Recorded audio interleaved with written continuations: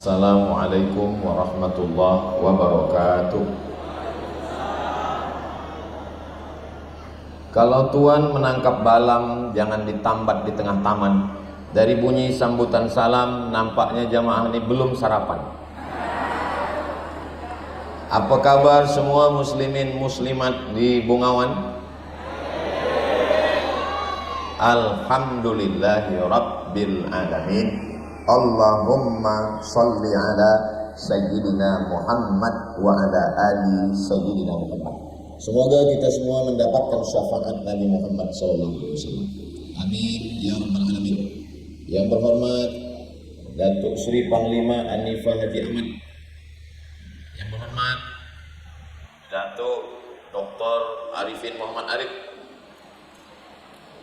Datuk Penghulu, Datuk-datuk, datin-datin, muslimin muslimat, mukminin mukminat, hadirin hadirat yang belum berbini dan belum bersunat. Semua yang hadir ini insyaallah dimuliakan Allah Subhanahu wa taala. Amin ya rabbal alamin.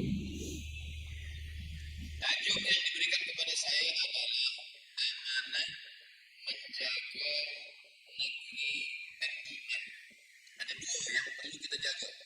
Yang pertama adalah tempat kita. Hubbul watan minal iman.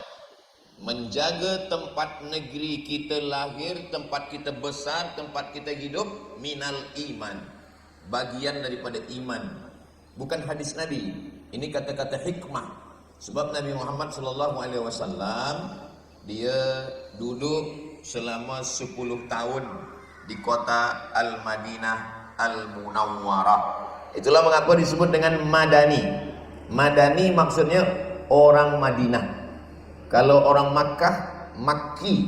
Kalau orang Mesir, Misri. Kalau orang Irak, Iraki. Ada orang Bongawani, orang Bongawan. Nah, jadi biasanya kalau yang mulia-mulia itu selalu dinisbatkan kepada awan. Ada bangsa. Kalau kita nak katakan bangsa ini mulia, bangsawan, bangsa yang hidup di awan. Nah, ini Bongawan, dekat juga dia dengan awan. Saya pun baru turun dari awan tadi, landing naik helikopter. Sampailah kita berjumpa hari ini. Mudah-mudahan perjumpaan kita ini diridhai Allah Subhanahu wa taala. Amin ya rabbal alamin. Malam tadi di stadium, sebelumnya di Tungku di masjid. Saya bagi tazkirah pula di surau. Di surau sudah, di masjid sudah, sampai di Bongawan ini di pasar, di tamu. Nah, jadi di sini ada istilah kata Datuk Arifin Muhammad Arif, ada tamu. Tamu maknanya di tempat kami pasar. Pasar Isnin, pasar Khamis, pasar Selasa. Kerana orang semua berkumpul. Nabi Muhammad SAW dia tidak hanya mengajarkan orang berzikir, baca Quran, sembahyang, puasa, tidak. Tapi dia membina untuk memperkuatkan ekonomi masyarakat. Dia juga buat tamu di kota Al-Madinah Al-Munawwarah. Nabi berjalan, ketika Nabi berjalan, Nabi masukkan tangan dia ke dalam tepung. Ada riwayat menyebut dalam kurma. Dia masukkan tangan dia ke dalam, tiba-tiba kurma yang di dalam ni basah, yang di luar kering.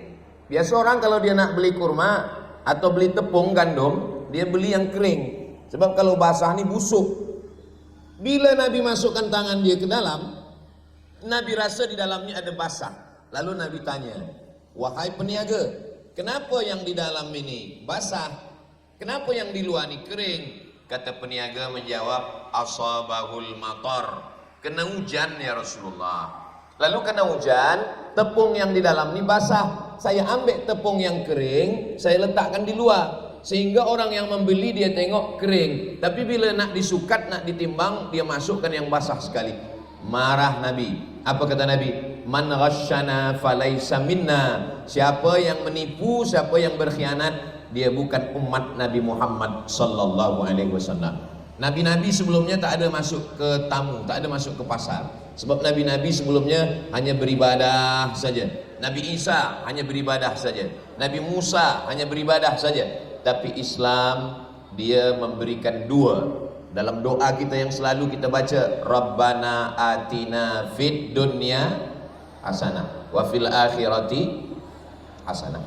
Sebab bagaimana kita nak dapat akhirat hasanah kalau dunianya tak hasanah? Maka Nabi mengatakan at-tajir peniaga. Peniaga, Nabi tak ada sebut ahli ibadah. At-tajir peniaga, as-saduq jujur, amin amanah. Peniaga yang jujur, yang amanah, bila dia mati dia akan dapat 4. Ma'an nabiyyin, dia bersama dengan nabi-nabi. Wasiddiqin, dia bersama dengan orang yang benar. Wasyuhada, dia bersama dengan orang mati syahid. Wassalihin, dia bersama dengan orang yang soleh. Jadi Islam membuka cara berfikir manusia yang sebelumnya dia boleh masuk surga hanya dengan sembahyang, baca Quran, berzikir. Tapi setelah Islam datang, kamu masuk surga tidak hanya dengan sembahyang, puasa sunat, baca Quran, tapi menjadi peniaga pun kamu juga boleh masuk surga dengan syarat adil, jujur, amanah. Ada satu surah dalam Al-Quran, surahnya bercerita tentang sukatan, tentang timbangan. Puan-puan, tuan-tuan, muslimin, muslimat, hafaz surah ini. A'udzubillahi minasyaitonirrajim. Wailul lil mutaffifin. Celaka orang yang curang pada sukatan. Alladzina idza talu 'alan nas yastawfun. Kalau dia membeli, dia nak sukatan timbangan itu penuh. Wa idza kaluhum aw wazanuhum yukhsirun. Tapi kalau dia menjual, dia buat sukatan itu kurang. Biasanya sukatan itu mereka buat 2. Kalau dia berjual, dia buat sukatan itu kurang, bagian bawahnya dia pukul ke atas supaya berkurang gandum tepung. Tapi kalau dia membeli, dia buat penuh ke bawah. Inilah orang-orang yang curang dalam sukatan. Maka dalam Islam ada orang yang sembayangnya rajin, duha, qabliyah, ba'diyah, tahajud, witir, sembayang tasbih, puasanya banyak, Isnin, Khamis, puasa Ayyamul Bait 13, 14, 15, puasa Asyura 9, 10, 11. Tapi rupa-rupanya dia curang, dia berkhianat dalam sukatan, dalam perniagaan. Kata Nabi, ya'ti yaumal qiyamah, ada orang yang nanti datang pada hari kiamat, bisyamin, puasanya banyak, wasalatin, sembayangnya banyak, wazakatin, zakatnya banyak, wahajin, hajatnya banyak. Tapi ternyata pahala puasa hilang, pahala zikir melayang, pahala sedekah terbang. Sebab apa? Sebab aniaya. Kalau saya peniaga, saya buat sukatan yang 1 kilogram sebenarnya 950 gram, kurang setengah ons. Kalau satu hari ada orang membeli kepada saya 20 orang, berarti satu hari saya sudah curang 1 kilogram. Berarti 1 bulan saya sudah curang 30 kilo. Berarti kalau setahun banyak. Maka bila saya curang, nanti di akhirat saya akan mencari orang-orang yang dulu saya khianati dan saya mesti balikkan lagi. Tidak selesai dengan menangis di pintu Ka'bah. Tak cukup hanya dengan berdoa Rabbighfirli. Kalau dosa kepada Allah Ta'ala, sembahyang sunat taubat selesai. Mamin muslimin yudhnibu dzamban. Ada orang khilaf, dia silap, dia salah, dia kemudian sembahyang sunat taubat. Usolli sunnat taubat raka'ataini lillahi ta'ala. Tsumma yastaghfirullah. Selepas itu dia istighfar, ghafarallahu lah. Semua dosanya diampunkan Allah. Kalau dosa pada manusia. Tapi kalau dosa kepada Allah, lepas dengan sembahyang sunat taubat, istighfar. Tapi kalau dosa kepada manusia, 10 orang, 20 orang, di akhirat kita mesti mencari mereka dan belum tentu berjumpa di akhirat. Maka lebih baik minta maaf di dunia. Memang saya baru sekali ini datang ke Bengawan, tapi suara saya, video saya mungkin tiap-tiap hari datang kepada orang Bengawan, masuk ke dalam TikTok.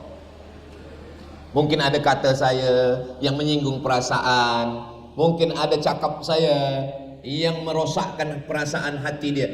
Sudi mahukah orang-orang Bengawan memaafkan saya? Dari bunyinya macam marah. Saya cuma nak katakan, Lebih baik minta maaf di dunia daripada mencari di akhirat. Bukan senang nak mencari orang bungawan ni nanti di akhirat. Bila saya tanya nanti malaikat, wahai malaikat, di mana orang bungawan? Saya nak minta maaf. Kata malaikat, mereka sudah masuk ke dalam surga VVIP. Amin. Sebenarnya itu cara kita untuk mendapatkan amin dari mulut orang lain.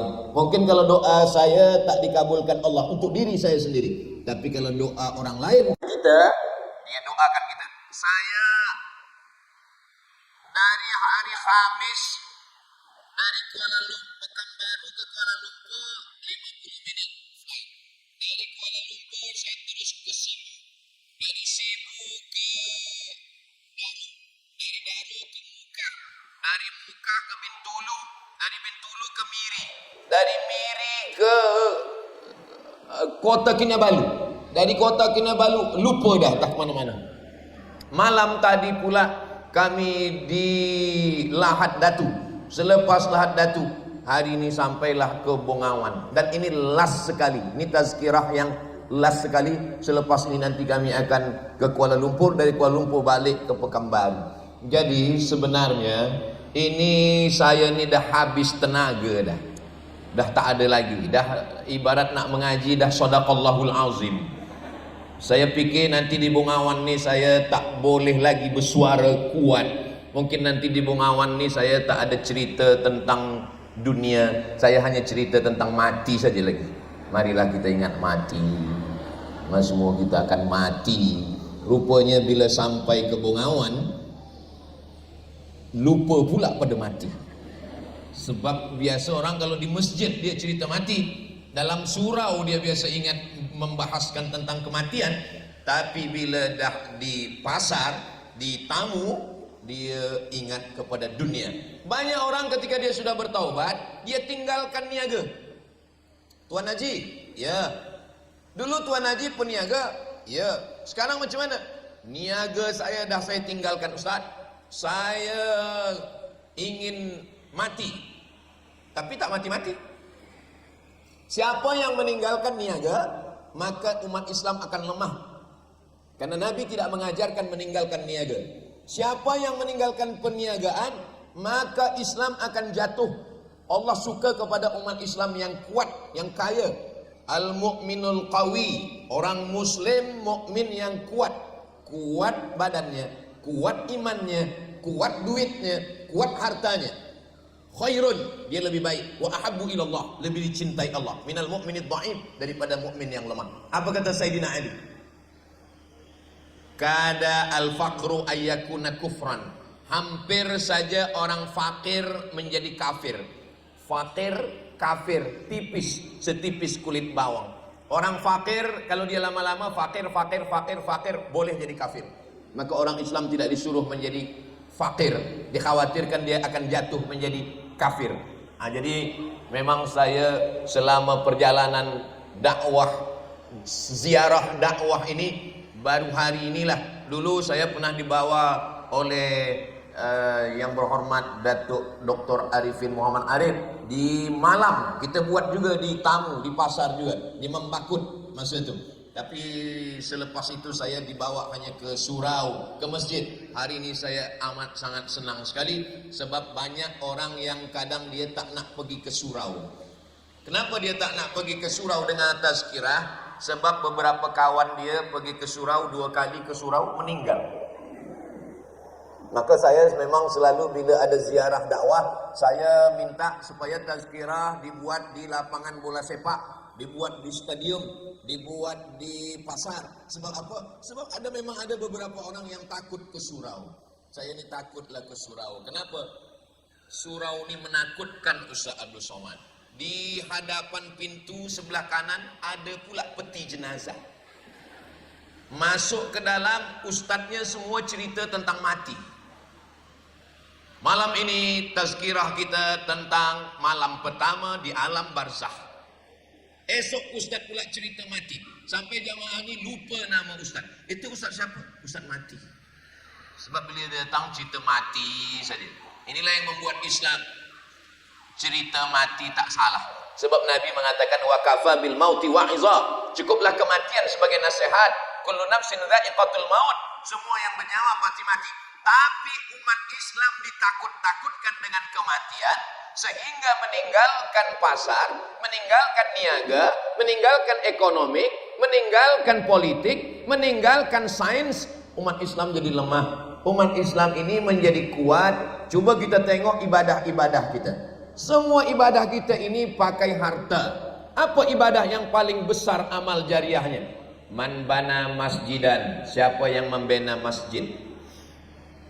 Banallah mithlahu baitan fil jannah. Dibenakan Allah untuk dia satu tempat di surga.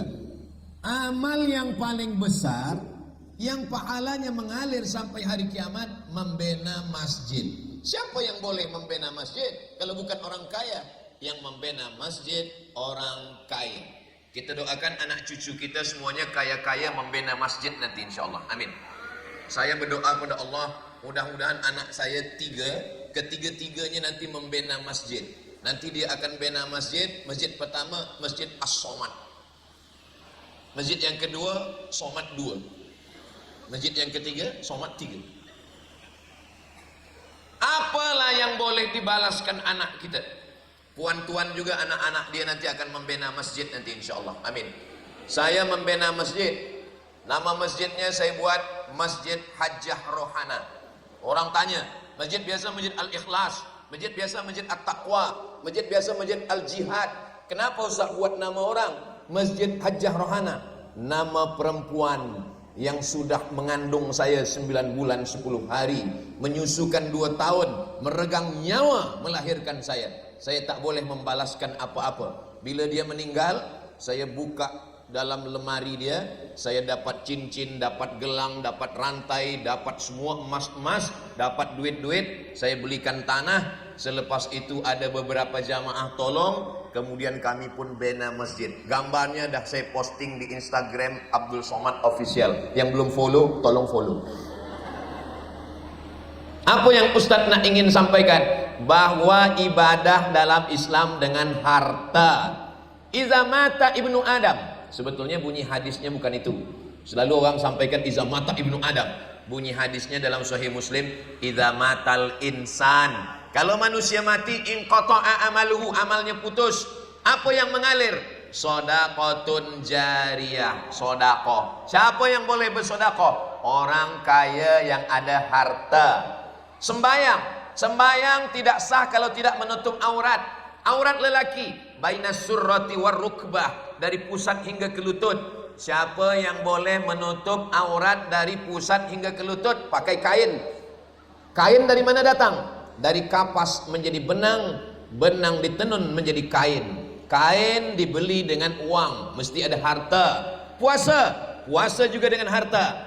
Mana ada puasa dengan harta? Puasa kan tahan makan, tahan minum. Betul. Tapi kata Nabi, tasahharu fa inna fis sahuri barakah. Makan sahur dapat barakah. Man fattara shaiman, siapa yang beri makan puasa, buka puasa, dia dapat pahala puasa. Maka memberi makan orang puasa, dia dapat puasa.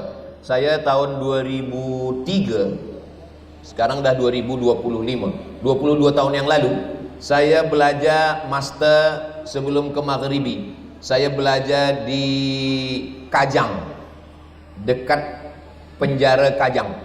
Di situ di Kajang ada satu masjid. Setiap petang bulan puasa, saya buka puasa di masjid itu dengan kawan-kawan. Kenapa Ustaz buka puasa di situ? Sebab ada bubu lambu. Jamaah bagi makan. Di Mesir pula, kalau bulan puasa, Ustaz Datuk Dr. Arifin Muhammad Arif juga dari Mesir, dari Kaherah, dari Al-Azhar. Di Mesir biasa dibina khemah-khemah macam ini. Ada di jalan itu dibuatkan kerusi dengan meja panjang.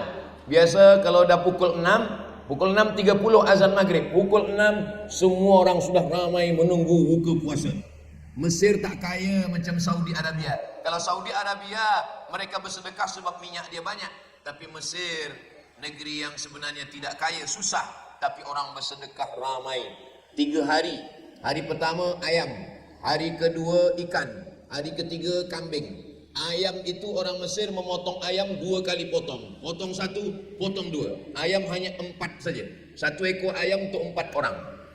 Kadang di tempat kita 1 ekor ayam ni kita pun lupa. Ini entah ayam entah apa lain, sudah hilang hancur. Begitulah mereka bersedekah. Siapa yang boleh memberikan makan puasa orang yang berpuasa? Orang yang ada harta.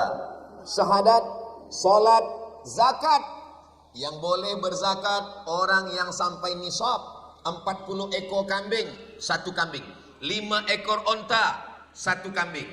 Harta 85 gram emas. Sesiapa yang ada harta 85 gram emas, dia keluarkan zakatnya 2,5%. Maknanya 85 gram emas. Lelaki tak boleh guna emas. Lelaki kalau dia ada emas yang batang, bukan emas cincin, lelaki tidak guna emas. Tapi kalau perempuan, tentang perempuan ini zakat dia agak beza sikit. Kalau puan, makcik, ada gelang, ada cincin, ada subang, ada rantai, menurut 2 mazhab. Mazhab yang pertama, mazhab Hambali, dikumpulkan semua gelang, rantai, cincin ini, keluarkan zakatnya hanya sekali seumur hidup saja. Nanti bila ada orang bertanya macam mana emas perhiasan bagi perempuan, kumpulkan semua, keluarkan sekali seumur hidup 2,5%. Tapi kalau emasnya sampai 200 miskol, 200 miskol itu 850 gram, sekilo kurang 1,5 ons. Kita doakan muslimat-muslimat ni emasnya 2 kilo, amin. Kalau ada orang emas dia 2 kilo, kalau dia pergi hadir walimah, menunduk. Sebab apa? Sebab rantainya sekilo. Menunduk aja. Kenapalah? Kalau ada orang yang pergi tazkirah pengajian, dia menunduk aja. Mungkin di dalam jilbabnya itu ada emas sekilo. Siapa yang emasnya 850 gram? Mudah mengingatnya.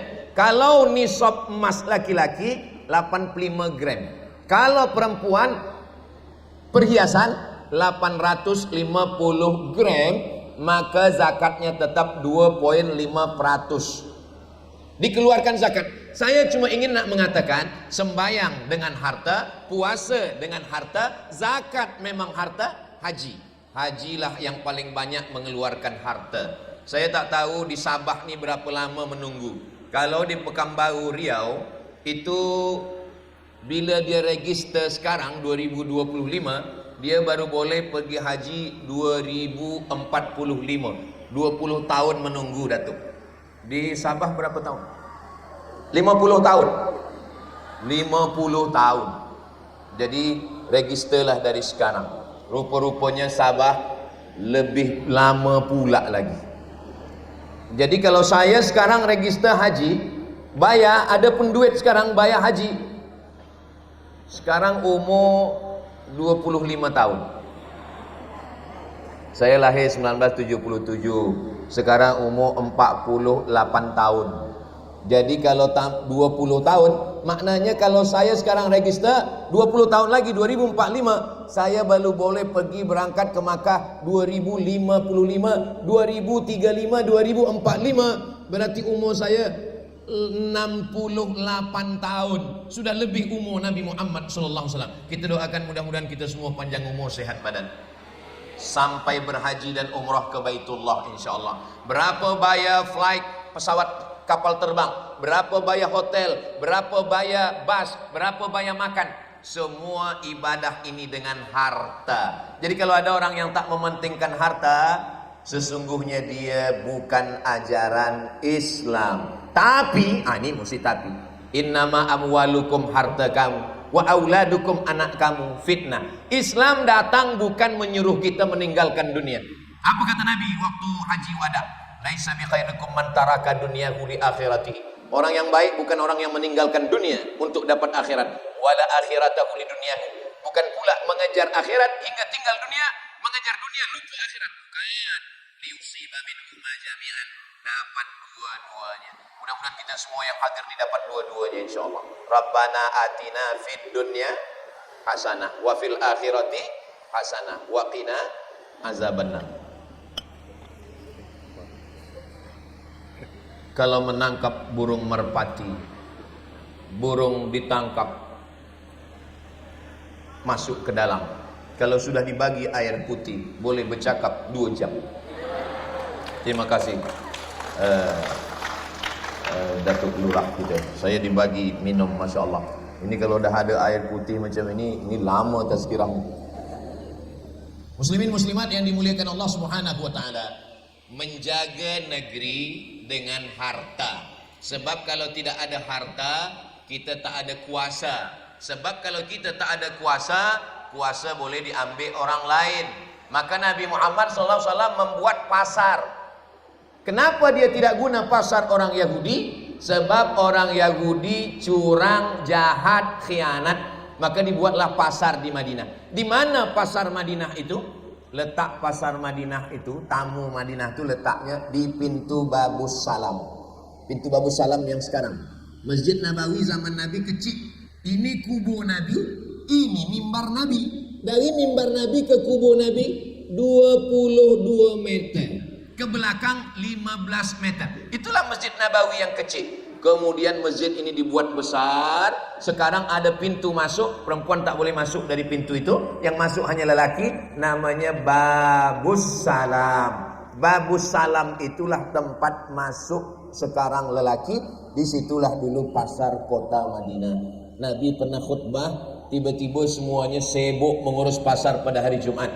Itulah mengapa dilarang berniaga hari Jumat.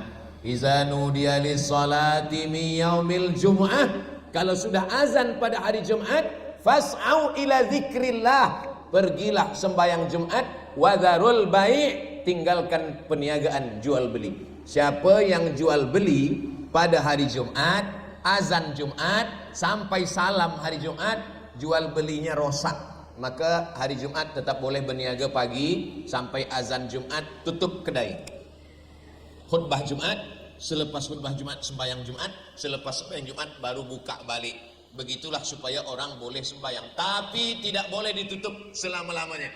Sebab Islam memberikan kita kesempatan mencari harta. Coba tengok bacaan dalam sembahyang masjid, masuk masjid dengan selepas sembahyang keluar masjid. Masuk ke dalam masjid, bacaannya Allahumma ftahli abwaba rahmatik, bagikan saya rahmatmu.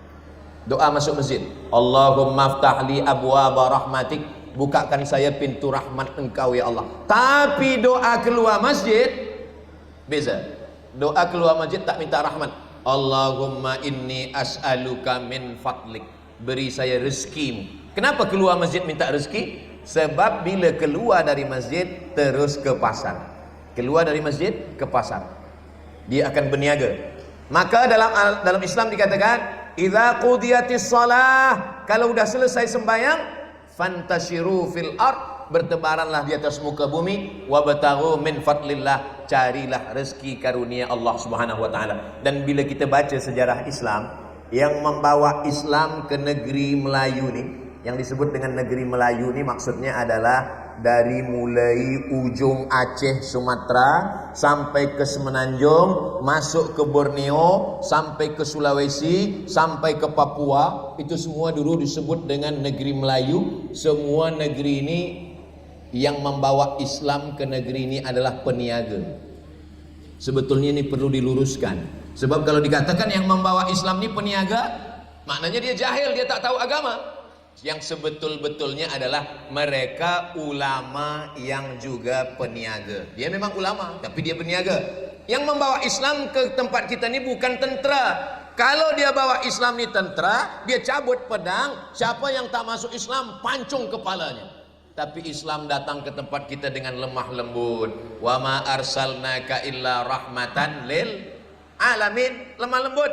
Islam yang datang dengan kebaikan, sebab mereka berniaga. Ini ikan berapa, ini sayur berapa, lalu kemudian dia tunjukkan akhlaknya baik. Akhirnya orang yang ada di negeri ini pun bersyahadat, asyhadu an la ilaha illallah wa asyhadu anna muhammadan rasulullah. Begitulah mula-mulanya nenek moyang kita Islam, karena peniaga-peniaga yang datang daripada Jazirah Arab, datang dari Taif, datang dari Hadramaut, datang dari berbagai negeri. Mereka singgah dulu ke India. Ada satu negeri di India itu yang mazhabnya, rasa-rasanya tak mungkin Islam yang datang ke negeri Melayu dari India, Ustaz Abdul Somad. Kenapa tak mungkin? Sebab India mazhabnya Hanafi, sedangkan kita mazhab Syafi'i. Mana mungkin Hanafi jumpa dengan Syafi'i? Ada satu kawasan yang mazhabnya Syafi'i, namanya Gujarat. Orang dari Gujarat inilah yang datang ke tempat kita, peniaga-peniaga. Itulah kenapa kita tetap berislam mazhab Syafi'i. Datang lagi daripada Yaman. Yaman itu pun mazhabnya Syafi'i dan mereka peniaga-peniaga. Nabi Muhammad SAW pun juga peniaga. Nabi berjumpa dengan Khadijah itu berniaga. Yang punya barang-barang benda-benda ni Khadijah. Datanglah Nabi Muhammad SAW membawakan barang niaga, namanya sekarang disebut dengan mudharabah, bagi hasil. Misalnya tuan punya barang-barang, tapi tak boleh menjualkannya. Datanglah saya dengan beberapa belia menjualkan. Nanti kita bagi untung. Itu disebut dengan niaga mudharabah, bagi hasil. Menikah Nabi dengan Khadijah sebab berjumpa dengan niaga. Ayah Nabi peniaga, istrinya peniaga. Ayah Nabi namanya Abdullah, meninggal umur 2 bulan Nabi dalam kandungan Siti Aminah dalam perjalanan berniaga ke Yathrib. Yathrib ni berubah nama menjadi Al-Madinah Al-Munawwarah. Nabi peniaga, istrinya peniaga, ayahnya peniaga. Bagaimana dengan atuknya Abdul Muttalib? Abdul Muttalib peniaga kaya sehingga semua jamaah haji air minum dan makannya ditolong oleh Abdul Muttalib. Muhammad, anak Abdullah, anak Abdul Muttalib, anak Hashim, anak Abdi Manaf, anak Qusay. Qusay ini yang membina rumah besar. Ada rumah besar di Makkah namanya Darun Nadwah. Rumah Nadwah, tempat berkumpul. Tempat berkumpul itu dibina oleh atuk daripada Nabi Muhammad bernama Muhammad, anak Abdullah, anak Abdul Muttalib, anak Hashim, anak Abdi Manaf, anak Qusay. Qusay ini yang membina. Maknanya mereka keturunan orang kaya-kaya. Ketika turun ayat riba, la ta'kulur riba, pinjam 100 ringgit, bayar 110 riba. La ta'kulur riba, jangan kamu makan riba, at'afam mudha'afah, berlipat-lipat ganda. Ayat riba turun, riba pertama yang diharamkan adalah riba Abbas. Siapa Abbas? Ayah Nabi Muhammad, lelaki adik-beradik saudara kandung 10. Tapi yang masyhur yang kita kenal ada 5. Abdullah, lupa pula. Abdullah bin Abdul Muttalib, Abbas bin Abdul Muttalib, Hamzah bin Abdul Muttalib, Abu Lahab bin Abdul Muttalib. Ini semua anak-anak Abdul Muttalib peniaga. Abu Lahab peniaga dan Hashim peniaga, Abbas peniaga. Abbas inilah ayat pertama tentang riba. Maknanya mereka ni keluarga peniaga. Lalu orang menyatakan Nabi Muhammad itu miskin, susah. Kita tengok, ada orang India namanya Syekh Safiur Rahman Al-Mubarakfuri, menulis kitab sirah sejarah Nabi. Kata dia, Nabi menikah dengan Khadijah, maharnya 20 ekor onta. 1 ekor onta, cobalah cari berapa harganya di google.com. Maharnya 20 ekor onta. Maharnya tinggi. Saya sebenarnya segan cakap cerita mahar nih, sebab nanti saya takut pemuda-pemuda belia marah dengan saya. Sebab Ustaz Somad cerita mahar 20 ekor onta, Ustaz balik mahar di Bungawan naik sebab itu. Saya cuma nak cerita bahawa Nabi Muhammad itu menikah, mahar 20 ekor onta ditambah dengan beberapa auqiyah emas. Maharnya tinggi, besar, menghormati, memuliakan perempuan. Jadi sebenarnya yang susah adalah bukan Nabi Muhammad SAW, tapi umat Nabi Muhammad. Bila dinikahkan, engkau nikahkan, aku nikahkan engkau dengan anak saya dengan mahar mengajarkan surat Ar-Rahman. Menikah dengan mengajarkan Al-Quran tak salah. Saya bukan mengatakan nikah mengajarkan Quran ini salah, tak salah, tapi perlu dipahami dengan baik. Kenapa mahar itu emas? Sebab kalau berlaku perceraian atau terjadi khulu atau terjadi mahar kembali, yang dikembalikan adalah dalam bentuk emas. Kalau menikah lelaki dengan perempuan, maharnya cincin emas, rantai emas, gelang emas, dia ada duit yang dipegang. Sebab zaman Nabi tak ada duit kertas, yang ada duit emas, namanya dinar.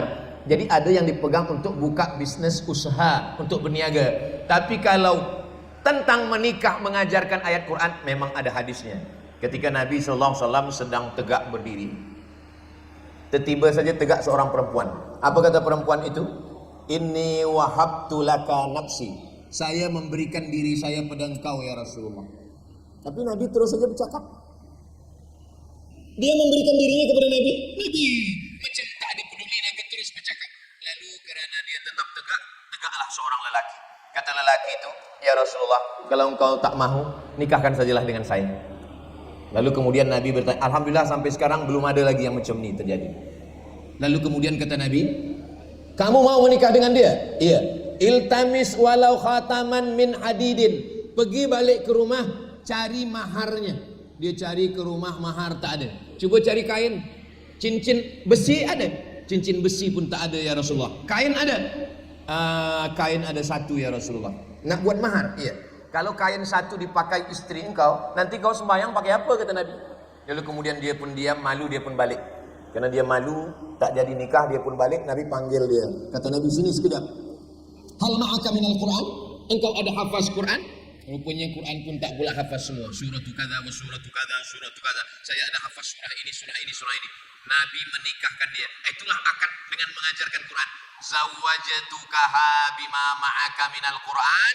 Saya nikahkan engkau dengan dia dengan mengajarkan Al-Quran. Menikah dengan ayat Quran bagus. Kalau ada sekarang orang belia-belia kita, penuntut-penuntut kita hafaz Quran dari pondok, rumah tahfiz Quran, madrasah tahfiz Quran, lalu ayah mertua, aku nikahkan engkau dengan anakku dengan mengajarkan surah Ar-Rahman. Biasanya orang bertanya sekarang kerana banyaknya hafaz Quran, menantu ingin hafaz Quran. Siapa nama kamu? Nama saya Al-Kautsar. Baca surat Al-Kautsar. Inna a'tainakal kautsar. Siapa nama kamu? Nama saya Imran. Baca surah Ali Imran. Oh, panjang tu ayah mertua. Nama saya memang Imran, tapi sehari-hari dibaca kulhu. Bacalah kulhu. Kulhu Allahu ahad, Allahu samad. Mengajarkan Al-Quran untuk mahar sah. Tapi kalau terjadi sesuatu, dia tak boleh dibalikkan sebab dia bukan dalam bentuk benda. Kenapa dalam Islam ada mahar? Ada lelaki, ada perempuan, ada wali, ada dua saksi, ada ijab, ada qabul, ada mahar. Kenapa mesti ada mahar? Sebab jadi modal untuk usaha hidup. Islam tidak mengajarkan kita duduk berpangku tangan. Untuk menjaga negeri, mestilah umatnya kuat, sebab dia tidak boleh dijajah. Penjajahan zaman dulu adalah penjajahan politik, tapi penjajahan zaman sekarang penjajahan ekonomi, penjajahan dengan benda, penjajahan dengan uang. Itu maka siang ini tajuk kita dua tanggung jawab. Yang pertama, tanggung jawab menjaga negeri. Yang kedua adalah tanggung jawab menjaga iman. Iman yang ada dalam diri kita ini kita jaga. Bila kita ini sudah dapatkan iman, iman ini kalau kita sudah balik, belum, sebelum kita balik, sebelum masuk ke dalam rahim ibu kita, ketika itu kita masih dalam bentuk roh. Saya dalam bentuk roh, muslimat dalam bentuk roh, muslimin dalam bentuk roh. Ketika itu roh kita semua berkumpul, Allah bertanya, nama alamnya alam arwah. Kalau satu roh, kalau banyak arwah, di alam arwah itu kita ditanya Allah Ta'ala. Apa kata Allah bertanya? Alastu bi rabbikum, bukankah aku Tuhan kamu? Kata Allah. Semua roh waktu itu menjawab, bala syahidna, kami bersaksi engkaulah Tuhan kami. Itulah syahadat kita yang pertama. Jadi kalau ada orang selepas sembahyang Jumat, kepada muslimin muslimat, selepas sembahyang Jumat, jangan dulu balik ke rumah, kita akan ada syahadat mu'allab mau masuk Islam. Itu syahadat yang kedua. Syahadat yang pertama sudah ada di alam arwah, hanya saja dia lupa, roh dia masuk ke dalam perut orang tak Islam. Tapi kita alhamdulillah, saya masuk ke dalam rahim, perut orang Islam di Pulau Sumatera sana, orang Melayu. Maka saya jadi orang Melayu. Ada yang masuk ke dalam perut orang Bugis di Makassar, dia menjadi orang Bugis Makassar. Ada yang masuk ke dalam perut orang Brunei, ada yang masuk ke dalam perut orang Semenanjung. Itu bukan kemahuan kita, itu takdir dari Allah Subhanahu wa taala. Maka sebelum masuk ke dalam perut ibu kita, kita sudah bersyahadat. Tapi syahadatnya bukan seorang, syahadat bersama-sama. Semua ruh mengatakan, bala syahidna, kami bersaksi. Selepas dari alam arwah itu, kita pun masuk ke alam rahim. Inna ahadakum yujma'u khalquhu fi batni ummihi arba'ina yawman nutfah, 40 hari dalam bentuk cecair.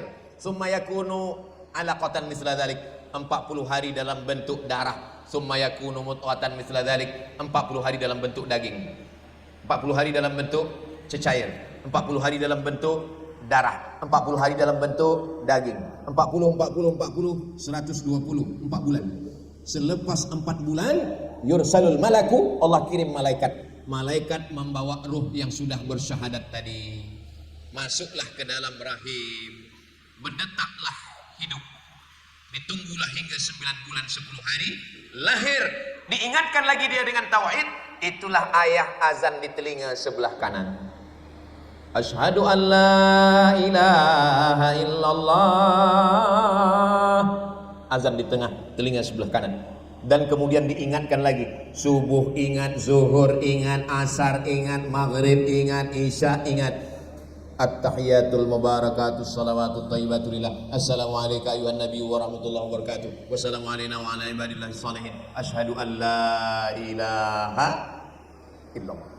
Berapa kali kita ulang syahadat sehari? Kita hitung, kita kira sama-sama. Azan subuh, asyhadu anna muhammadar rasulullah, asyhadu anna muhammadar rasulullah. Qamat, asyhadu anna muhammadar rasulullah. Tahiyatul masjid, asyhadu an la ilaha illallah, asyhadu anna muhammadar rasulullah. Qabliyah subuh, asyhadu an la ilaha illallah, asyhadu anna muhammadar rasulullah.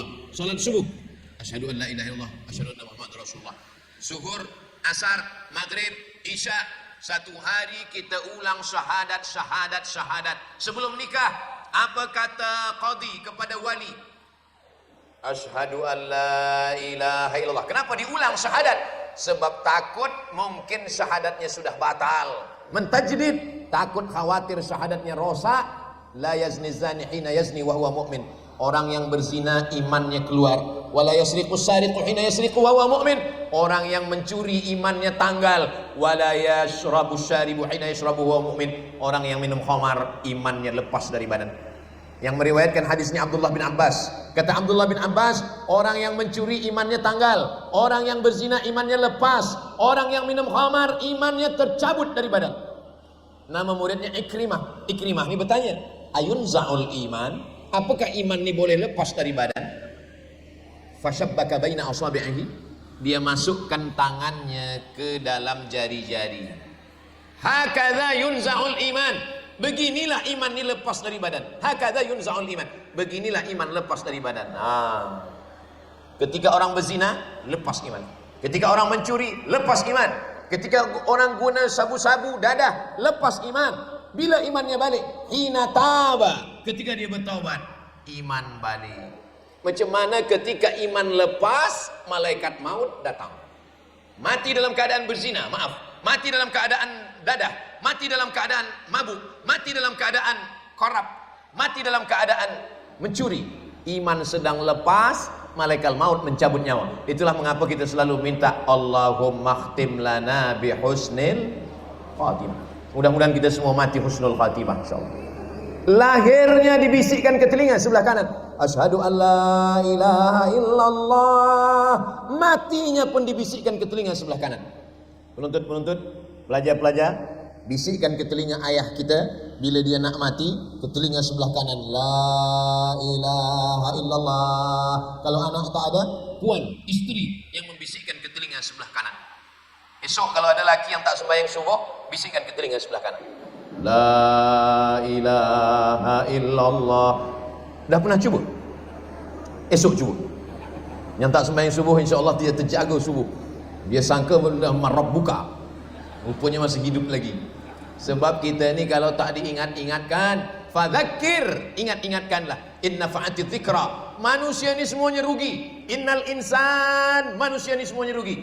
Kecuali 4. Siapa? Illal ladzina amanu beriman, wa amilus shalihat, amal soleh. Tapi kalau hanya iman dan amal soleh tak cukup, mesti ada dua lagi, wa tawasau bil haq, wa tawasau bis sabr.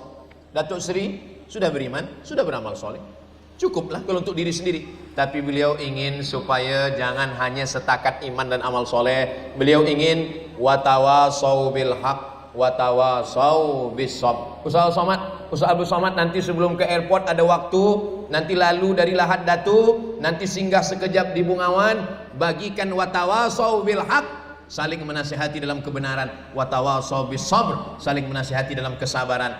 Sebab yang dibawa mati adalah iman. Kereta besar mahal tinggal, rumah cantik tinggal. Mohon maaf, beribu-ribu maaf, saya mohon maaf kepada muslimat puan. Kalau boleh saya bertanya, boleh saya bertanya? Boleh. Kalau suami meninggal, puan ikut apa tidak? Memang kadang kejujuran itu menyakitkan. Datuk Seri, jangan jemput lagi Ustaz Abdul Somad ke Bungawan. Dia hanya merusakkan cinta kasih kami. Saya bercakap bertanya pasal ni bukan saya nak rosakkan hubungan puan dengan tuan, muslimin dengan muslimat, bukan. Saya cuma nak ingatkan bahwa kita semua akan meninggalkan dunia. Yatsba'ul mayyita salasun, yang mengiringi mayat hanya 3 sahaja. Yang pertama mal, kereta, motosikal, semua mengiring, tapi hanya sampai tempat parking. Yang kedua, ahluhu, anak, menantu, cucu, kawan, sahabat, jiran, tapi hanya sampai ke tepi liang kubur. Yang masuk ke dalam tinggal 1. Yarji usnani, yang 2 balik ke rumah, kereta balik, bini balik, anak balik. Wa yabqa wahidun, yang tinggal 1. Apa dia? Wa amaluhu, amal. Dan amal pun tak ada makna kalau tidak ada iman. Itulah mengapa kita afdalul zikri fa'lam annahu la ilaha illallah. La ilaha illallah. Selepas la ilaha illallah, la ilaha illallah, la ilaha illallah, la ilaha illallah Muhammadur Rasulullah sallallahu alaihi wasallam. 3. Kalimatu haqqin 'alaiha nahya. Dengan itu kita hidup. Wa 'alaiha namutu. Dengan itu kita mati. Wa biha nub'atsu. Dengan itu nanti kita akan dibangkitkan di padang mahsyar. Dengan itu juga nanti kita akan masuk ke dalam surga. Mudah-mudahan kita semuanya mati dalam keadaan la ilaha illallah Muhammadur Rasulullah. Jangan menderhaka kepada ibu bapa, dikhawatirkan mati su'ul khatimah. Jangan menderhaka kepada ulama, dikhawatirkan mati su'ul khatimah. Apa kata Imam Al-Hafiz As-Suyuti? Jangan bercakap ketika azan berkumandang, yukhsha, dikhawatirkan, ditakutkan mati su'ul khatimah. Makanya kalau ada azan jangan bercakap, kita jawab asyhadu an la ilaha illallah, asyhadu an la ilaha illallah. Kalau ada kawan bercakap di sebelah, macam mana kabar, macam mana? Asyhadu an la ilaha illallah, asyhadu anna Muhammadar Rasulullah. Jangan lupa selawat. Allahumma shalli ala sayyidina Muhammad wa ala ali sayyidina Muhammad. Sebab orang yang bakhil, orang yang disebut namanya tapi tidak mau berselawat kepadanya. Itulah maka sebelum azan semuanya bagi peringatan. Innallaha wa malaikatahu yusalluna 'alan nabi ya ayyuhalladzina amanu sallu alaihi wa sallimu taslima. Selama azan jangan bercakap. Kalaupun nak bercakap juga, mana suami awak? Selepas azan baca doa wasilah. Allahumma rabb hadhihi da'wati tammah was salatil qa'imah ati sayyidina Muhammadan lil wasilati wal fadilah wasyarafa wad darajatal 'aliyatar rafi'ah wa ba'athu Allahumma maqaman mahmudan alladhi wa'adta innaka la tukhliful mi'ad wajabat lahu syafaati. Dan wajib dia dapat syafaat. Saya tak hafaz ustaz. Tak hafaz? Iya. Gerakkan aja mulut. Cubalah print, cari di Google doa selepas azan. Ada dapat? Pilih image. Dapat? Print. Letakkan di dekat peti sejuk. Setiap nak ambil air, baca Allahumma rabb hazin. Yang perempuan, yang muslimat, letakkan di dapur dekat memasak. InsyaAllah masak pagi, masak siang, masak malam, masak. Dah 3 bulan tak juga hafaz, ambil, bakar, masukkan ke kopi. Jangan diminum, sakit. Kita tidak pernah menghafaz Al-Fatihah. Saya tak pernah menghafaz Al-Fatihah. Tak pernah saya menghafaz Al-Fatihah Bismillahirrahmanirrahim. Tak pernah menghafaz ayat kursi. Tak pernah menghafaz kulhu. Kenapa kita boleh hafaz? Kerana selalu didengar. Itulah kenapa kita mesti bawa anak ni, selalu bawa ke masjid, bawa ke surau, menjaga iman. Iman tak boleh diwarisi. Iman tak boleh diwariskan. Nabi tapi anaknya tak beriman. Ya bunayya, wahai anak saya, irkam ma'ana, mari naik ke atas samping ayah. Anak tak beriman. Nama anaknya Kan'an, nama ayahnya Nuh. Anak tenggelam. Sa'awi ila jabalin ya'simuni minal ma'. Itulah kenapa kita selalu doa Rabbi habli minas shalihin, Rabbi habli minas shalihin, Rabbi habli minas shalihin. Rabbi anak cucu kita hingga hari kiamat tidak ada yang murtad, semuanya dalam keadaan muslim. Berjumpa kita di dunia, kita rataskan bersama lagi di surga. Amin ya Rabbi. Jaga iman dengan sembahyang berjamaah. Jangan sampai masjid tidak masjid. Kalau sampai di masjid tak ada orang azan, tak ada orang iqamat, tak ada orang sembahyang, masjid kosong. Istahwadat alaihi syaitan. Satu negeri itu dikuasai syaitan. Jangan heran orangnya kesetanan. Kenapa? Karena meninggalkan sholat berjamaah. Saya yakin dan percaya bahwa di Bungawan ini sholat berjamaah terjaga sampai hari kiamat nanti, insyaallah. Dari mana Ustaz tahu? Sebab imam-imamnya dah ready semua. Penuntut-penuntut kita daripada tahfiz Quran. Kenapa mereka pakai sorban? Karena sunnah Nabi Muhammad SAW pakai sorban. Kenapa mereka pakai jubah? Kerana pakai jubah sunnah Nabi Muhammad SAW pakai jubah. Kenapa orang yang bersorban dan berjubah berjanggut? Karena berjanggut juga sunnah. Kerana Nabi Muhammad SAW pun juga pakai janggut. Kenapa Ustaz Somad tak berjanggut? Belum tumbuh. Jangan olok, jangan ejek orang yang bersorban, berjubah, berjanggut. Sebab itu adalah amalan sunnah. Kalau mampu ikut, kalau tak mampu jangan ikut. Orang yang mengolok sorban, janggut dan jubah berarti dia mengolok Nabi Muhammad SAW. Orang yang mengolok Nabi Muhammad, maka rosaklah akidahnya. Sebab akidah kita yang akan ditanya dua. Asyhadu an la ilaha illallah wa asyhadu anna Muhammadan Rasulullah. Ini sekarang ni banyak orang mengolok-olok. Bila ada orang yang berjanggut, dia olok. Engkau dulu waktu kita sama-sama berkawan belum berjanggut. Ini baru 2 hari sembahyang dah berjanggut. Aku tengok engkau macam kucing. Aku tengok engkau macam kambing, kata dia. Engkau sangka orang yang kau ejek ni tak boleh membalas ke? Dia boleh membalas. Dia juga punya akal, dia juga punya lidah, tapi dia punya hati dan punya iman. Dia tak balas. Bila engkau olok, dia diam saja. Sebenarnya kalau dia nak balas, dia boleh. Engkau kata aku berjanggut kambing, iya. Engkau tak berjanggut anjing, kata dia. Dia sebenarnya boleh membalas, tapi dia menjaga lisannya. Dia sedang mengamalkan sunnah Rasulullah Sallallahu Alaihi Wasallam. Maka ada yang pakai hijab, pakai tudung, elok. Ada yang pakai niqab, pakai hijab, pakai tutup muka. Guna tutup muka juga elok. Jangan diolok, jangan diejek. Sebab apa? Sebab ini juga bagian daripada ajaran Islam. Yang tudung labuh elok. Kalau yang bertudung berkelahi dengan yang tak bertudung, kalau yang bertudung panjang berkelahi, berikhtilaf, bertelakah, bertikai dengan yang pakai cadar, yang gelak, yang tak berbaju. Kalau antara kita yang berjubah dengan yang bercelana, yang pakai kain, ikhtilaf, yang ketawa adalah orang yang tak suka pada Islam. Islam ini agama yang tidak hanya mengajarkan kita bersaudara sesama Islam, tapi jiran, kawan, sahabat kita yang tak Islam, kita juga disuruh bersaudara. La yanhakumullahu 'anil ladzina lam yuqatilukum fid din wa lam yukhrijukum min diyarikum. Kalau mereka tidak memerangi kamu, yang tak Islam tidak membunuh kamu, tidak menghalau kamu, balas dengan 2. Antabarruhum, buat baik pada mereka.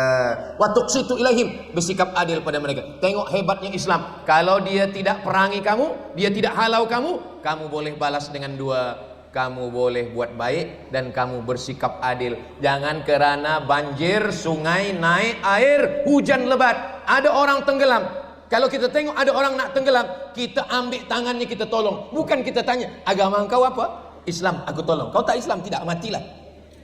Bukan ajaran Islam. Islam kalau dia tolong, dia tak tanya agama, dia tolong saja. Selepas itu baru doakan dapat hidayah. Mudah-mudahan orang yang belum dapat hidayah insyaAllah, amin. Tapi orang yang tak Islam, kita sudah ada pasal yang dibuatkan Nabi. Wala ana abidum ma'abattum wala antum abiduna ma'abud lakum dinukum. Kadang orang ini mengajak orang masuk Islam dengan lidahnya, mengajak masuk Islam dengan cakapnya. Orang masuk Islam bukan kerana lidah kita, tapi kerana akhlak kita. Imam Al-Hasan Al-Basri berjiran tetangga dengan orang tak Islam. Suatu ketika Imam Al-Hasan Al-Basri demam, sakit. Datang jiran dia yang tak Islam ni, ketuk pintu, dia masuk, dia tengok Imam Hasan Al-Basri tak ada di bilik tamu.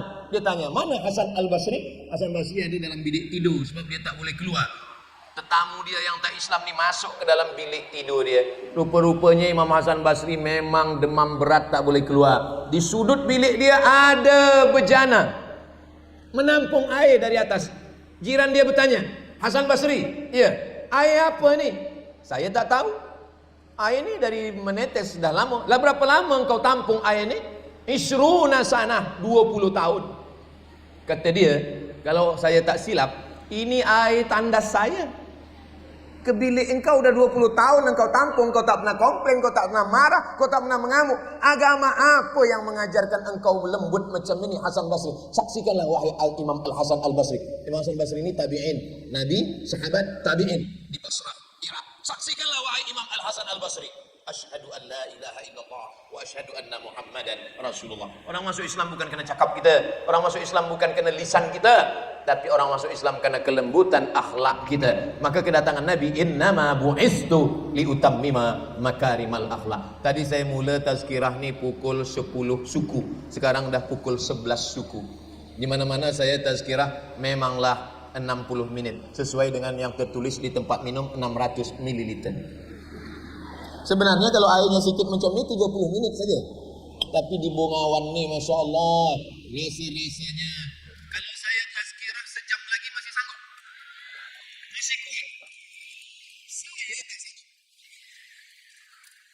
Itulah yang boleh saya sampaikan pada kesempatan yang baik. Cakap saya ni boleh difahami, boleh didengar. Mudah-mudahan diamalkan menjadi amal jariah buat kita semua insyaAllah. Yang susah-susah tangkap, yang tak paham, boleh ulang balik. Yang saya sampaikan ni boleh diulang balik. Nanti ditengok di channel Ustaz Abdul Somad Official. Jangan lupa subscribe, like, share, and comment.